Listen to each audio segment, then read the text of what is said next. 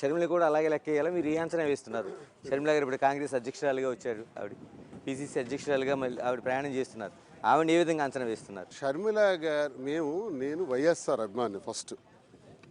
వైఎస్ఆర్ మా జీవితాలకి మార్గదర్శకుడు మాలాంటి వాళ్ళకి.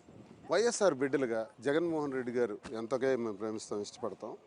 షర్మిలమ్మ కూడా మాకు అంతే ఇష్టం, అందులో డౌటే లేదు. కానీ షర్మిలమ్మ తీసుకున్న నిర్ణయం రాంగ్. ఆమె డెసిషన్ తీవ్రంగా నేను వ్యతిరేకిస్తున్నాను. ఎందుకంటే ఒకప్పుడు మనమే అన్నాం, ఏంటి కాంగ్రెస్ పార్టీలో రాజశేఖర్ రెడ్డి గారు ఇది సహజ మరణం కాదు, హెలికాప్టర్లో కాంగ్రెస్ పార్టీయే ఆయన్ని చంపించడానికి కారణమైంది. నిజం అది, నేను అదే నమ్ముతున్నాను. రాజశేఖర రెడ్డి గారి సహజ మరణం కాదు, చంపించడానికే ప్రయత్నం చేశారు. ఆయన ఉన్నతిని తట్టుకోలేకే కాంగ్రెస్ పార్టీ చేసింది. ఆయన మరణానంతరం రాజశేఖర రెడ్డి గారికి ముద్దాయను ముద్రేసింది, కేసులు పెట్టించింది. అంతవరకు జగన్ మంచోళ్ళు, అంతవరకు రాజశేఖర రెడ్డి మంచోళ్ళు. రాజశేఖర రెడ్డి మరణానంతరం జగన్కి లేనిపోని కేసులు పెట్టి జైల్లోకి పంపించారు. ఏంటండి సడన్గా జగన్మోహన్ రెడ్డి గారిలో వచ్చిన మార్పు? ఆయనకు వచ్చిన కేసులు ఎక్కడవండి? ఆయన చేసిన నేరాలు ఏంటండి? మరి తండ్రి బ్రతుకున్నంత వరకు ఇవి లేవా?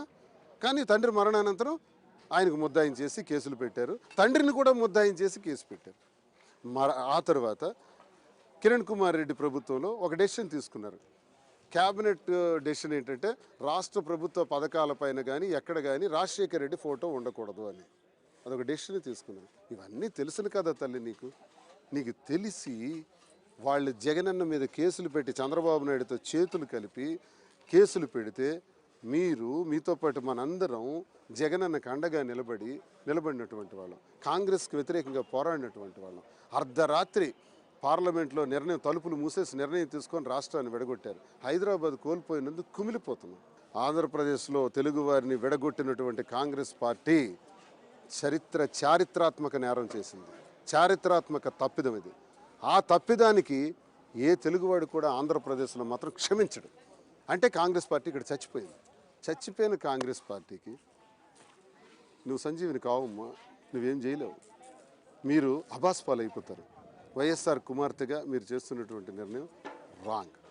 నేను గౌరవిస్తాను, కానీ మీ నిర్ణయం రాంగ్. జగన్ అన్నకు మద్దతుగా ఉండండి. ఇంకోటి కూడా జగన్ రెడ్డి అని అంటాం కూడా నేను తట్టుకోలేకపోయాను. మేము ఇప్పుడు దాన్ని జగన్ రెడ్డి ఎవరన్నారు? చంద్రబాబు నాయుడు అన్నాడు, పవన్ కళ్యాణ్ అన్నాడు, లోకేష్ అన్నాడు. మరి మీరంటే అర్థం ఏంటి? అంటే ఈ లాంగ్వేజ్ ఎక్కడి నుంచి వస్తుంది? చంద్రబాబు నాయుడు నుంచే ట్రాన్స్ఫర్ అయింది. సో చంద్రబాబు నాయుడు వ్యూహంలో భాగమే కాంగ్రెస్ పార్టీని లీడ్ చేస్తామని చెప్పి షర్మిలమ్మ చేస్తున్నటువంటి ఈ పనులని నేను అనుకుంటున్నాను. జగన్మోహన్ రెడ్డి గారికి ఎవ్వరు కూడా ఈ ధూళి కూడా పీకలేరు. జగన్మోహన్ రెడ్డి గారు మరో 30 ఏళ్ళు ఆయనే ముఖ్యమంత్రి, 175 స్థానాల్లో ఆయనే గెలుస్తారు. పందులన్నీ గుంపుగా వచ్చినా పర్వాలేదు, సింగిల్గా వస్తాము, మాకెవ్వరు సహాయం లేదు. వైఎస్ జగన్మోహన్ రెడ్డి గారు ఒకే ఒక్క వ్యక్తి, ఆయన పొత్తు ప్రజలతో, మేమందరం ఆయనతో. ఓకే శ్రీనివాస్ గారు, థ్యాంక్ యూ.